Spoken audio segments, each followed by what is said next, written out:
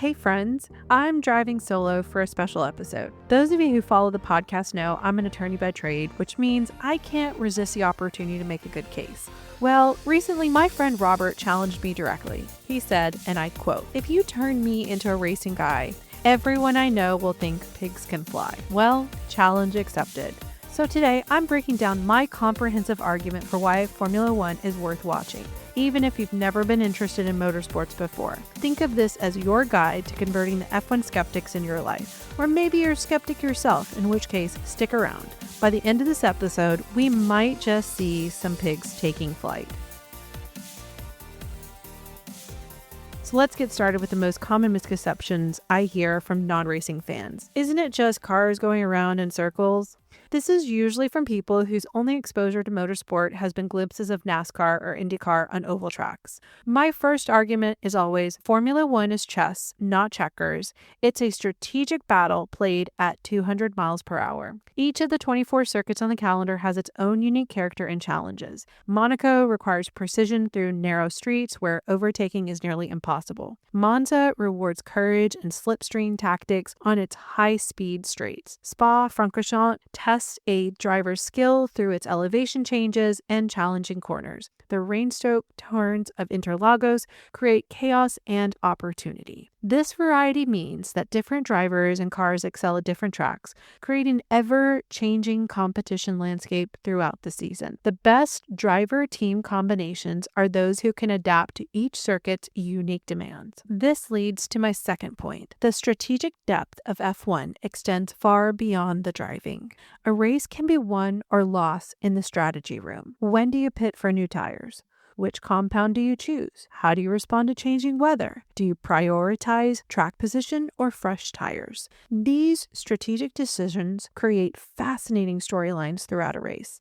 A team might gamble on an aggressive strategy, a driver might have to nurse degrading tires to the finish line, or a perfectly timed pit stop under a safety car might vault someone from the midfield to a podium position. For friends who are interested in international relations and global business, here is a compelling argument. Formula One has a geopolitical dimension that no other sport can match. When Russia invaded Ukraine, F1 immediately canceled the Russian Grand Prix. Middle Eastern nations have invested billions in races as part of their economic diversification strategies. China's efforts to secure a Grand Prix reflect its growing global influence. The F1 calendar isn't just about racing locations. It's a map of global and economic political power. Teams themselves carry national identities with pride. Ferrari isn't just a team, it's Italy's team. When they struggle, it makes front-page news in Italian papers. Mercedes represents German engineering excellence. Alpine carries France's racing heritage. It's nationalism at 200 miles per hour, with each country hoping their engineering and drivers will triumph on the world stage. If your friend works in business or is fascinated by corporate strategy, F1 offers a masterclass. Teams operate under a $135 million cost cap. Think about that. They're essentially medium-sized companies trying to build the fastest car on the planet, develop cutting-edge technology, and manage hundreds of highly specialized employees, all under strict financial constraints. Team principals like Toto Wolff and Christian Horner are CEOs making critical resource allocation decisions every day. Where do you invest development resources? When do you abandon this year's car to focus on the next year? How do you structure technical departments for maximum efficiency? How do you navigate complex regulations to find competitive advantages? For my American friends specifically, there's an interesting frontier story happening in F1 right now. America is attempting to conquer what has historically been a European-dominated sport. Liberty Media, an American company, bought F1 in 2017 and has transformed its approach to fans and media. Haas became the first American team in decades. Cadillac is joining as the 11th team in 2026, backed by General Motors. Meanwhile, we're still waiting for an American driver to make a significant impact. It's the quintessential American story of taking on an established international field where others wrote the rulebook. The American presence is growing in other ways too. We now have 3 U.S. races: Miami, Austin, and Las Vegas, more than any other country. The sport's popularity has exploded in the States thanks to Drive to Survive and improved media coverage. For friends who geek out on technology and engineering, F1 is simply unmatched. These cars are the most sophisticated racing machines on the planet. They generate so much downforce they could theoretically drive upside down on the ceiling at high speeds. They accelerate from 0 to 60 in under 2 seconds and pull up to 6G in corners. That's more than a fighter jet in some maneuvers. Teams employ hundreds of engineers who monitor thousands of data points in real time.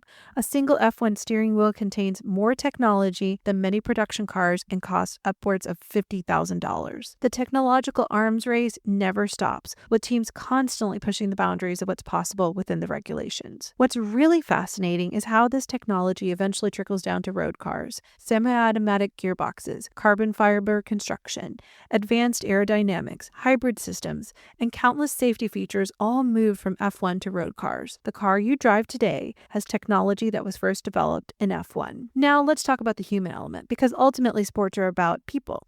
F1 is full of compelling human stories that transcend racing.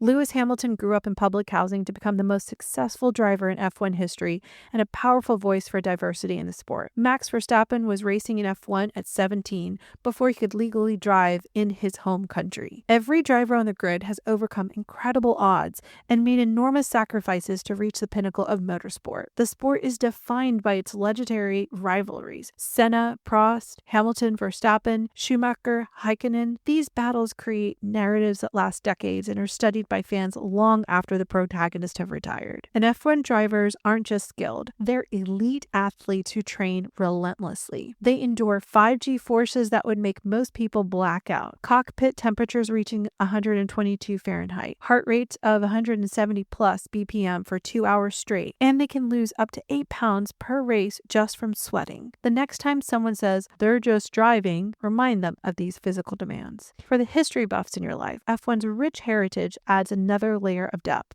The sport has been running continuously since 1950, with roots in pre-World War II Grand Prix racing. This historical context adds meaning to today's competition. F1's evolution mirrors broader technological and social progress, from dangerous beginnings with drivers in leather helmets to today's safety-focused approach, from front-engine roadsters to hybrid power units, from purely mechanical cars to computerized data-gathering platforms. America has its place in F1 history too. Phil Hill became the first American F1 world champion in 1961 with Ferrari.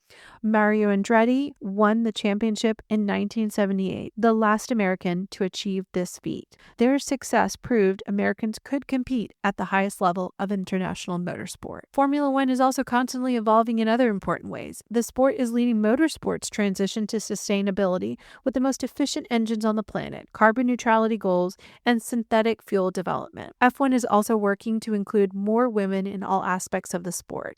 From engineers to team principals to drivers of tomorrow in F1 Academy, women are increasingly shaping F1's future, changing what was once an exclusively male domain. So, bringing it all together, what makes F1 special? It's that unique combination of elements you don't find in any other sport. It's intellectual and visceral at the same time. It's technical and emotional. It's global and personal. For some, it's the engineering marvels that capture their imagination. For others, it's the strategic chess match or the human stories of triumph against the odds. Some are drawn to the geopolitical dimension, while others simply enjoy the spectacle of race day. There's something in F1 for almost everyone.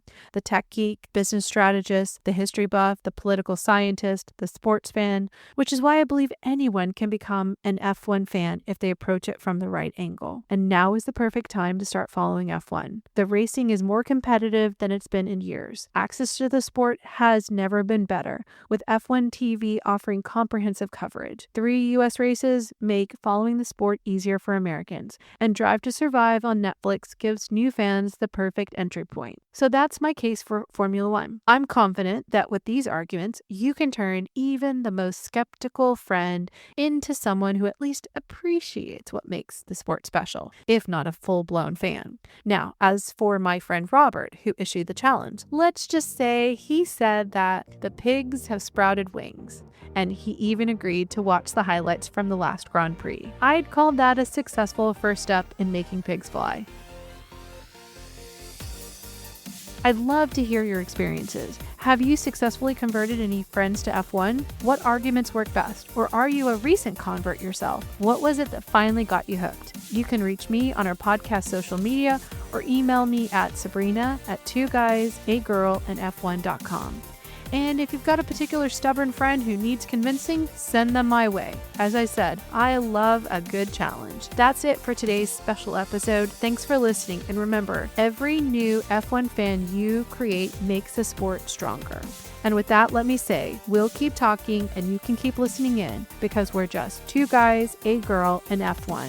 For John, Dick, and me, Sabrina, thanks for listening.